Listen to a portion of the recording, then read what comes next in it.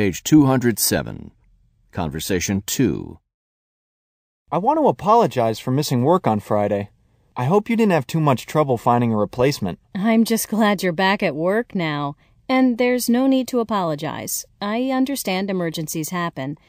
Is everything okay with your family? Oh, yeah. There wasn't any real emergency. It's not like they were in any danger or anything. It's just that, well, they live in Florida, and I guess you know hurricane season is coming up. That usually starts in May, right? Yeah.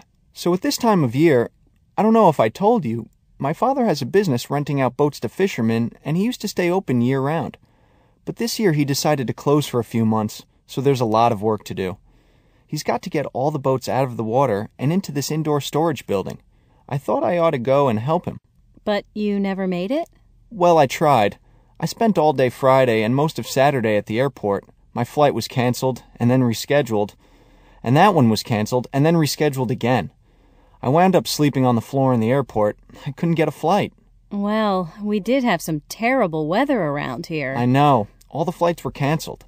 So, was he able to do all that work by himself? Well, my mother was able to drive the car, the trailer to pull the boats, and one of the neighbors was able to help too. That's good. I mean, it's good that everything's okay.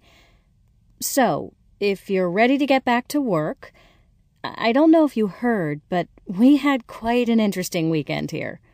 What happened? Well, as you know, we had quite a bit of rain and wind here too. Not anything like a hurricane, but it certainly was wet. I know. I couldn't even go outside the terminal at the airport. So what happened was we had a flood in the storage room. Oh? Now we've got to get an inventory of everything that's been damaged. I know that there were a lot of textbooks, notebooks, probably some copy paper, everything that was on the lower shelves in there, so a lot of stuff got wet. Okay. So anything that got even a little wet, put it aside and make a list.